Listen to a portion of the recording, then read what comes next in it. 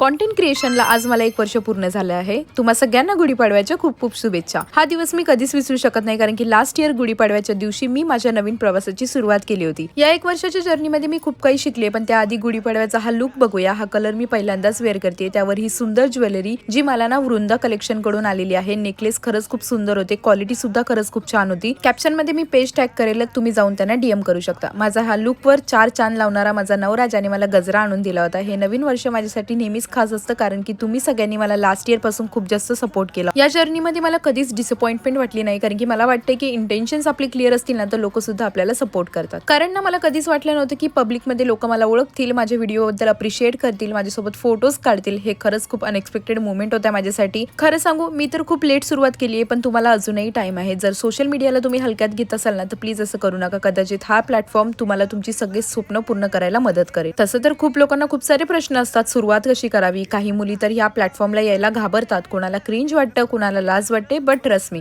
ज्या 4 लोकांमुळे तुम्ही कॉन्टेंट क्रिएशन करायला सुरुवात करत नाहीयेत ना, ते तुम्हाला कधी सपोर्ट नाही करणार. पण जेव्हा तुमच्या कामाने तुमची ओळख निर्माण होईल ना, तेव्हा तेच लोक म्हणतील की ही माझी फ्रेंड आहे, ही माझी रिलेटिव्ह आहे. माझ्या बाबतीत सांगायचं झालं तर याने मला खूप काही दिलं आहे. पैसा, रिस्पेक्ट, कॉन्फिडन्स. या प्लॅटफॉर्मचा वापर करून तुम्ही सुद्धा तुमच्या नवीन वर्षाची एक सुंदर सुरुवात करू शकता. हॅपी गुढीपाडवा.